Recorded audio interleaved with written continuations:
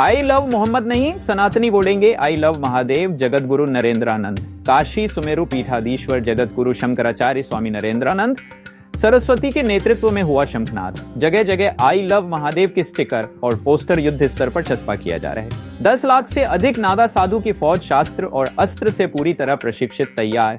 इस विषय में शंकराचार्य नरेंद्रानंद ने विस्तार से जानकारी दी। हमारे संवाददाता फतेह सिंह उजाला की विशेष रिपोर्ट।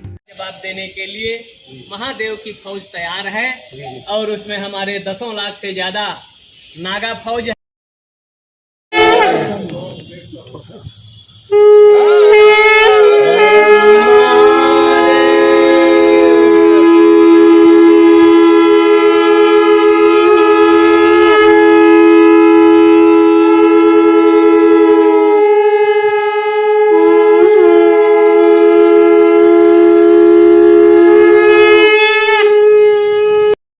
जवाब देने के लिए महादेव की फौज तैयार है और उसमें हमारे 10 लाख से ज्यादा नागा फौज है।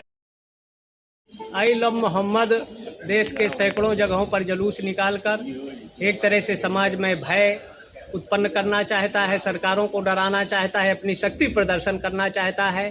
तो ये 100 करोड़ सनातनी हैं जो किसी भी स्थिति में झुकने वाले नहीं हैं, जिसमें 70 करोड़ बिल्कुल सशक्त हैं, देशभक्त हैं, देश की एकता अखंडता के लिए मर मिटने के लिए तैयार हैं। इसमें हमारे 5 करोड़ साधु संत हैं, 7 अखाड़े के फौज है और खड़ दर्शन के ऐसे 10 करोड़ साधु संत हैं देश की एकता अखंडता चमन के लिए।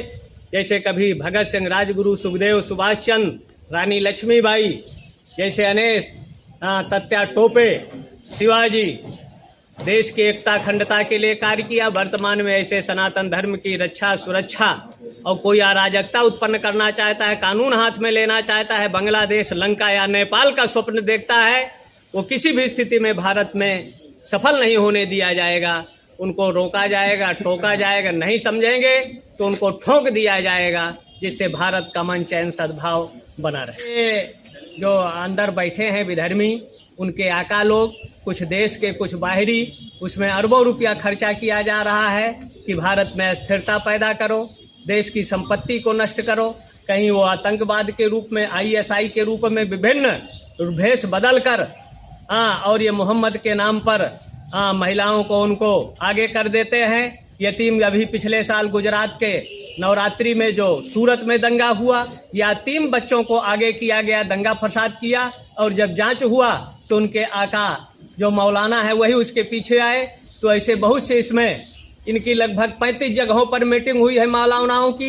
विदेशों से अरबों रुपया आ रहा है कि भारत सरकार को अस्थिर करो, हिंदुओं को अस्थिर करो, उनकी संपत्ति हड़पो, उनकी बहन बेटियों को, 10 लाख इस देश की हिंदू बेटियों को बेचा जाता है, किडनैप किया जाता है, उनके अंगों को चीर कर बेचा जाता है। तो ये विशेष जांच का विषय है और जांच के बाद जो आ जाए, पकड़ में आवे, तो उनकी संपत्ति, अभी जैसे गोड़ा में हुआ, उन्होंने धर्मांतरण के नाम पर अरबों का विदेशों से खेल हुआ, ऐसे इसके पीछे बहुत बड़ी साजिश है भारत को अस्थिर करने के लिए, चुनी हुई सरकारों को और इस देश के हिंदुओं को बांटने के लिए।